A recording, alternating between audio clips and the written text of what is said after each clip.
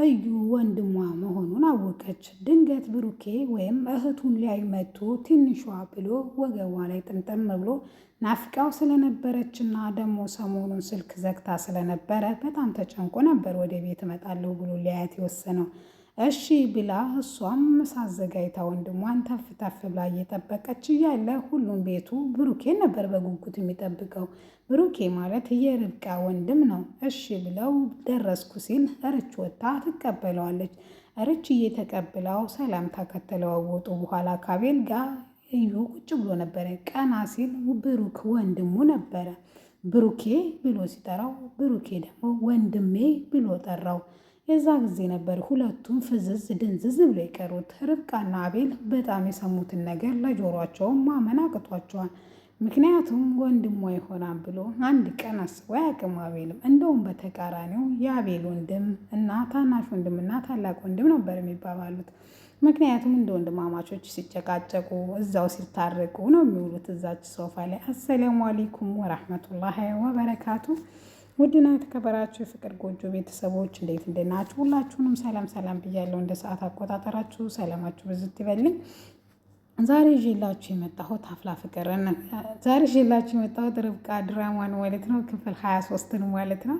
እንድትከታተሉኝ በአክብሮት ጋብዛለሁ ማለት ነው። ወዳችሁና ፈቅዳችሁ ስለምትከታተሉኝ ከልብ አመሰግናለሁ ማለት ነው። ርብቃ ታግታ ስትመጣ በጣም ብስቁልቁል ብላ ነበረ። ሶፋ ላይ ተደርድረው ተቀምጠው ሁሉም አይን አይኗን ያያት ነበረ። እጇ ላይ የህፃን ልጅ ወይም ልጅ የነበረችበት ጊዜ የእጅ ሀብል ይዛ ነበር። ማሜቲ የእጅ ሀብሉን ስታይ እጅግ ትደነግጣለች። ከዛም ደህና ነሽ ትላታለች። ማሜቲ ደግሞ ምን አይነት ጥያቄ ነው? ምኗ ነው ደህና የሚመስለው? ፊቷ አባብጦ ጠቁሮ ጠቅልጋ የለም እንዴ ይላታል አቤልም። የራስ ጉዳይ ነው፣ ትልቅ ልጅ አይደለችም፣ ምን ትሆናለች ብለህ ነው ብላ እሷን በያዘችው በሀብሉ ወይም በአንገት በእጅ አምባሩ በጣም ትበሳጭና ወደ ክፍሏ ትገባለች። ማሚቲም ፀጉሯን ታወልቅና አርቴፊሻል ፀጉሯን በራሷ ሹርቤ እያየች ምሽቷን በመስታወት የእኔ ትንሽ ልጅ አሳልፌ ያልፍልሻል ወይም አንቺ የተሻለ ህይወት ይገባሻን ብዬ ብሰጣቸው አምኜ ለነጭ አሳልፈው ሰጡሻ። የእኔ ትንሽ ልጅ በጣም ነው የናፈቅሽ፣ ጠረንሽንና ናፍቆትሽን መቼም ማረሳውም ትላታለች። እሷም ራሷን በራሷ በመስታወት እያየች ነገር ግን እነሱ ያሰቃዩሽን ለነጭ አሳልፈው የሰጡሽን ያየሽውን መከራ ያየሽውን ስቃይ የሰው ፊት የገረፈሽን እያንዳንዷን ዋጋ አስከፍልልሻለሁ። በደልሽን አውቆ ፈጣሪ በዳይሽን የበደለችሽን ወይም ቤተሰቦቿ የበደሏትን እቤቴ ድረስ አምጥቶልኛል። ልጄ ምንም እንዳታስቢ እበቀልልሻለሁ፣ ያየሽውን መከራ ሁሉ አሳያታለሁ እያለች ማሚቴ ትዝታለች። ትንባዋ ይወርዳል፣ ታለቅሳለች። የኔ ትንሽ ልጅ እኔ ከሰው ቤት ሰርቼ ስመጣ አቀፌሽና ልስምሽ ነበረ፣ እነሱ ግን ለነጭ አሳልፈው ሰጡሽ። እነዚህ ጨካኞች ጭካኔን እንዴት እንደሆነ አሁን አሳያቸዋለሁ እያለች ትዝታለች። ለማንኛውም ወደ ራሷ መለስ ስትል ጠንካራና ብርቱ መሆን እንዳለባትና ራሷን ደግሞ የድሮዋ ማሚቲ ሳኮን ያሁኗ አራዳዋ ማሚቲ መሆን እንዳለባት ተሰማትና አርቲፊሻል ፀጉሯን ወይም አርቲፊሻል ፀጉሯን ራሷ ላይ ታደርጋለች። አበጣጥራ መልሳ ልወጣ ነው ብላ ትወጣለች። ርብቃም በጣም ስለደከማት በቃ ማረፍ አለባት ብላ ርችዬ ወደ ክፍሏ ይዛት ትመጣለች። ክፍሏ ላይ አልጋ ላይ ቁጭ ብለው እንዴት እንደሆነና ምን እንዳጋጠማት እንዴት እንደወሰዷት ማን እንዳገታት ርችዬ ልጠይቃት ትሞክራለች። ርብቃ ግን ስልችት ድክም ብሏት ነበረ። እኔ ምንም አላስታውስም፣ መጨረሻ ላይ የማስታውሰው ነገር ቢኖር ከእዩ ጋር እዚህ ክፍል ነበርን፣ ከዛ በኋላ ምንም ነገር የማውቀው ነገር የለም ትላታለች። ምናልባት እንዴት እሱ አያስታውስም ታዲያ ስትለው፣ ምናልባት እኔንም እኮ ማደንዘዣ አድርገው ነው የወሰዱኝ፣ ስለዚህ እሱንም አደንዝዘው ስለሚሆን አያውቅም አያስታውስም ትላታለች። ይህን እየተባባሉ ያለ አቤል ይመጣ ነበረ። አቤል መጥቶ እንዴት ነሽ? አሁን ምን አዲስ ነገር አለ? ምን አለችሽ? ይላታል። በጣም ስለደከማት ሻወር ወስዳ ልብስ ቀይራ ሻወር ወስዳ መተኛት ትፈልጋለች ትላለች። በቃ ብዙ አናስጨንቃት ይላትና በቃ እኔ ሽንት ቤት ልምጣና ልገዝሽ ሲላታ ኖ ኖ ኖ አያስፈልግም፣ እኔ ራሴን ችዬ እታጠባለሁ ብለዋለች። እሷም ባለችው መሰረት ሻወር ወስዳ ልብሷን ቀይራ እረፍት ለማድረግ አልጋዋ ላይ ታርፋለች። አቤል ግን እስከምትነቃ ድረስ ጓጉቶ ነበር። አይኗን እያያት ነበረ የልጁ እናት መሆኗን እና በጣም የምታፈቅረውን ልጅ ማግኘቱ በጣም እድለኝነት ተሰምቶታል። አይኗን እያየ ነቃችለት። ርብቃ ስትነቃ ምን ነው ቁጭ አልክ አቤል ምን ሆነ ነው ስትለውም እስከምነቃ እየጠበቀኝ ነው የምታናግረኝ ነገር አለ ስትለውም አይ አይደለም የኔ ቆንጆ ዝም ብዬ ነው አይንሽን ልሽ ብዬ ነው ይላታል። እና አሁን ነቃሽ አሁን ድካሙ እንዴት ነው ሲላትም ድካሙ እንደቀለለላት ትነግረዋለች። ገደፍ ብላ ታዲያ እስቲ የምታስታውሹን ነገር ንገሪኝ፣ እነማን ናቸው? ምንድን ናቸው? ከሰው ጋር ተጣልተሽ ታውቂያለሽ ወይስ ምንድን ነው? ኧረ አቤልዬ አንተን ሳይሆን አይቀርም ጉዳዩን የሚመለከተው ምክንያቱም የሆነ ነገር ያደረጉት መስሎኝ በጣም ሰግቼና ፈርቼ ነበር ትለዋለች። እሱም ለምን እንደዛ እንዳልሽ ሲጠይቃትም ያንተን ፎቶ እያሳዩ በተደጋጋሚ ሲያስፈራሩኝ ነበረ። ስለዚህ ወሰዱህና የሆነ ነገር ያደረጉ ቢመስሉኝ በጣም ፈርቼ ነበረ። በጣም ጨካኝ ናቸው አቤልዬ። ውሃ እንኳ ጠምቶኛል ስላቸው አልሰጥም ሲሉኝ እርጉዝ ነኝ ባካችሁ ብዬ ትዝ ሲላት አቤል ጉዳዩን እንደማያውቅ ስታውቅ አይ በውሸት እርጉዝ ነኝ ብዬ ውሃ ሰጡኝ ትላለች። አይ እነሱን ሳይሆን እያታለልሻቸው ያለሽው ርብቃ እኔን ነው እኮ እያታለልሽ ያለሽው። ምክንያቱም ርች ሁሉንም ነገር ነግራኛለች እርጉዝ እንደሆንሽም አውቃለሁ ይላታል። እሷን ትደነግጥና እንዴት መዴት ወዴት መቼ ማለት ማን ያለ እንዴት ምናምን ብላ ከተተባተበች በኋላ በቃ ተረጋጊ፣ እኔ በጣም ነው ደስ ያለኝ። እኔ ባለፈው በሰጠሁሽ መድኃኒት በጣም ተሳስቼና የኃጢአትነት ስሜት ተሰምቶ ነበረ። እውነቴን ነው የምልሽ አንቺ ለእኔ ምን ብዬ እንደምነግርሽ አላውቅም። የማትገቢ ትልቅ ሴትና እንቁ ነሽ ብሎ ያደንቃታል። ኧረ አቤልዬ ለአንተ ምንም ከዚህ በላይ እንደሚገባውና መልካም ሰው እንደሆነ ትነግረዋለች። እሱም ካልሽ በቃ እሺ ብሎ በሀሳቧ ተስማምተው በቃ የምታስታውሹ ነገር ካለ እንድትነግሪ ነበር ይላታል። እሷ ግን ምንም ነገርና በቃ በጣም መጥፎ ሰዎችና በጣም ስላሰሯት ድንገት ማለቴ አስፓልቱ ዳር አውርደው ጥለዋት በመኪና እንዲሄዱ ታርጋውንም በደንብ እንዳላየችው ከዓይኗን ተጨፍና ስትገለጥ እንደዞረባት ምናምን ትነግረዋለች። በቃ አይዞሽ የኔ ቆንጆ ሁሉንም ነገር እደርስባቸዋለሁ፣ የትም ይግቡ የትም አያመልጡኝም ርብቃ ምናምን ይላትና አሁን ሳሎን እንሄድ ይላታል። ሳሎንም ከተቀመጡ በኋላ አዙቲን ይጠሯትና እራት አቅርቢ ይሏታል። ማሚቴ ድንገት ትመጣና እዩ እፈልግሃለሁ ትለዋለች። እሺ ብሎ ሊሄድ ሲል ቆይ እራት እንብላ ትላለች። እራት እንብላ ይላል አቤልዬ እዩን እንጠብቀው ሲላትም ወይም እራቱን በልቶ ይሄድ ሲል አይ አሁን ነው የማናግረው ትላለች ማሚቴ ተቆጥታ። ለምን ታዲያ እንደዛ ከሆነ በቃ እንጠብቀው ሲል ኖ ችግር የለውም እኔ ብቻዬን እበላለሁ እናንተ ብሉ ይላቸዋል። እነሱም በሀሳባቸው ተስማምተው እራታቸውን ይበላሉ። ማሚት እየፈለገችው ለምን ርብቃና አብረው ሊያመጡ እንዲሄዱ ነበረ። ለምን እሱና ርች ሄደው አንተ የዛ ጊዜ ቤቱ ክፍት ወይም ባዶ ስለሚሆንልህ ወረቀቱን በደንብ መፈለግ ትችል ነበር። አንተ ጅል ምን ተጃጅለህ እኔንም ታጃጅለኛለህ? ለምንድን ነው እንደዚህ የምታደርገው? እያለ ትጮህበታለች።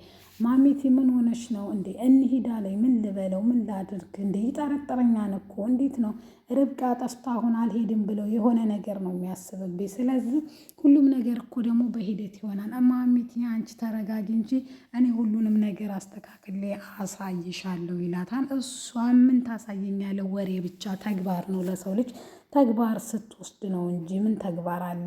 አንተን አምኜ ነው ትለዋለች። እሱም ምንም ነገር እንደማታስብ ሀሳብ እንዳይገባትና ወረቀቱን በቅርብ ጊዜ እንደሚያገኘው ይነግራታል። እሷ ግን በጣም ተበሳይታበት ነበረ። እንግዲህ አወቅኩ አትበይ፣ አንዳንዴም ለሰውም እድል ስጪ፣ የሚመክርሽንም ስሚ፣ ማሚቲ በጣም እየተቀያየርሽብኝ ነው ምናምን ይላታል።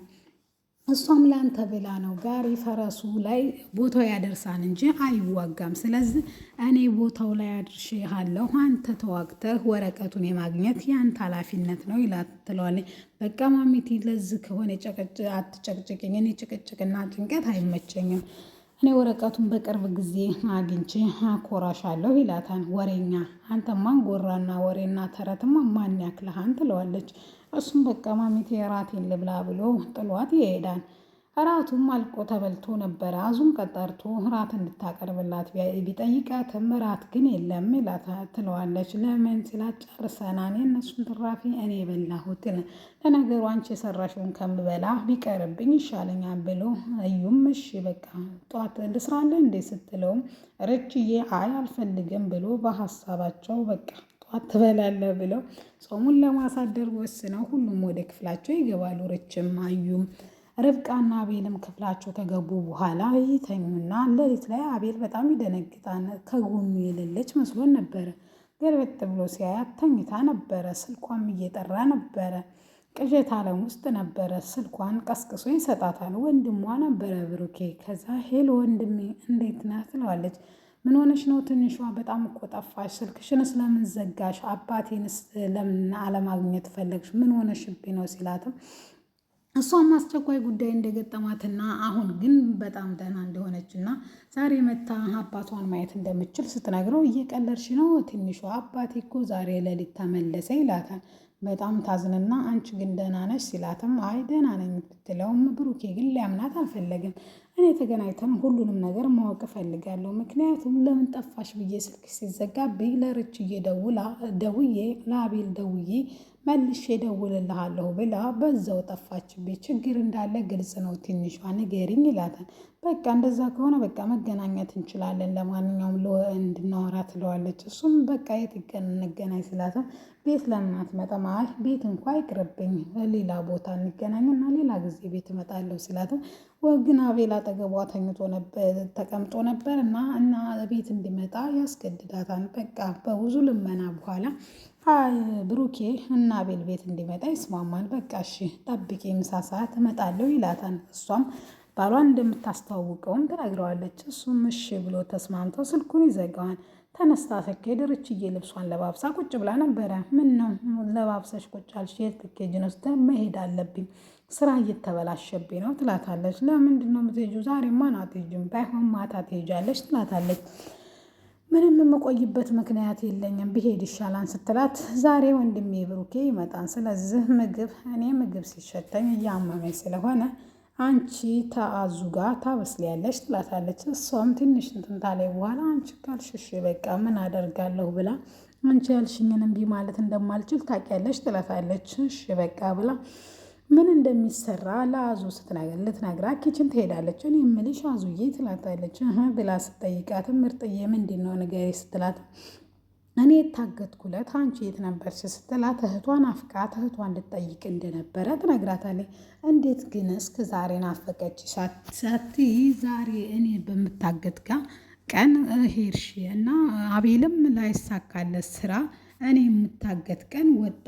ግን አጋጣሚ ነው ይሄ ሁሉ ብላ ስጠይቅም እሱማን አጋጣሚ አልነበረም ማሚቲ ባትፈቅድ ትላታለች። ትዝ ሲላት ለካ ሚስጥር ነው ያወሩት።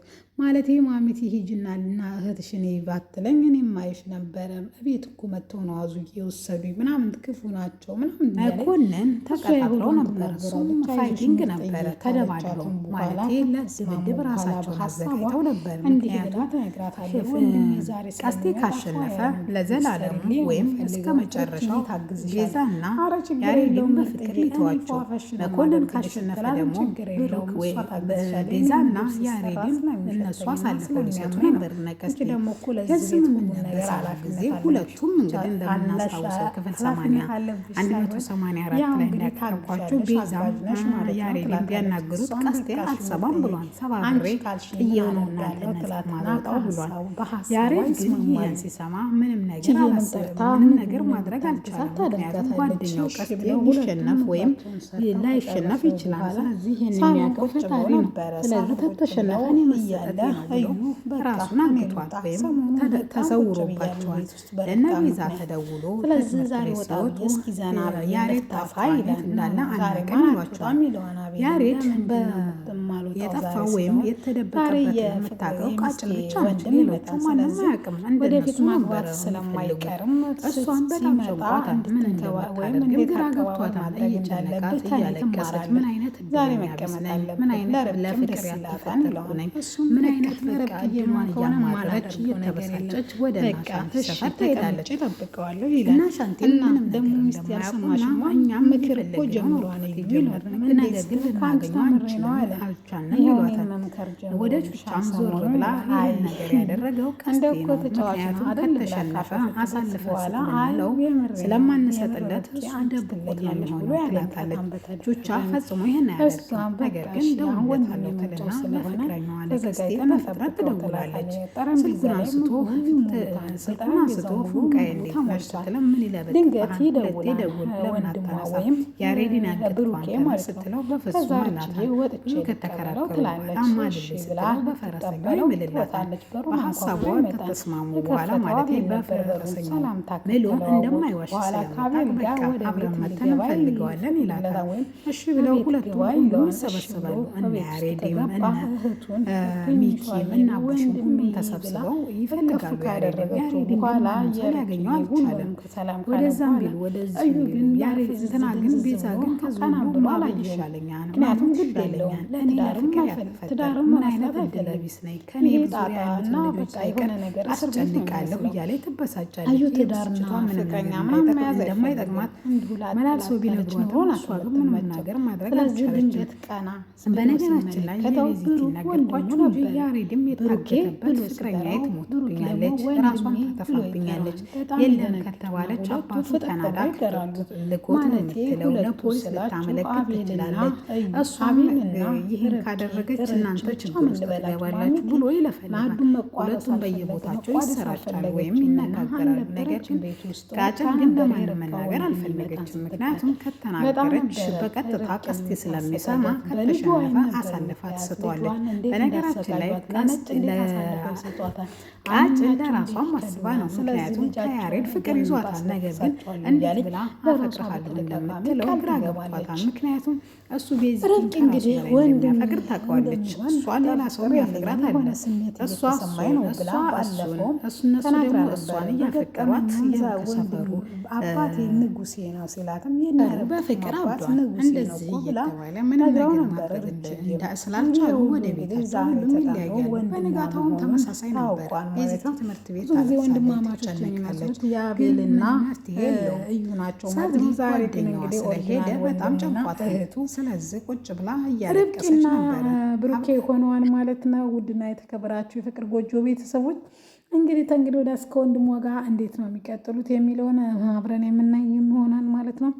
ውድና የተከበራችሁ የፍቅር ጎጆ ቤተሰቦች ለዚህ ቻናል አዲስ ከሆናችሁ ሰብስክራይብ በማድረግ ቪዲዮውን ይጀምሩ ማለት ነው። ነባሮች ደግሞ ላይክ፣ ሼር አድርጉ ማለት ነው። ወዳችሁና ለፈቅዳችሁ ስለምትከታተሉ ከልብ አመሰግናለሁ ማለት ነው። ሀሳብ አስተያየት ካላችሁ በኮሜንት ሳጥን ላይ ማቅረባችሁን አትዘንጉ ማለት ነው።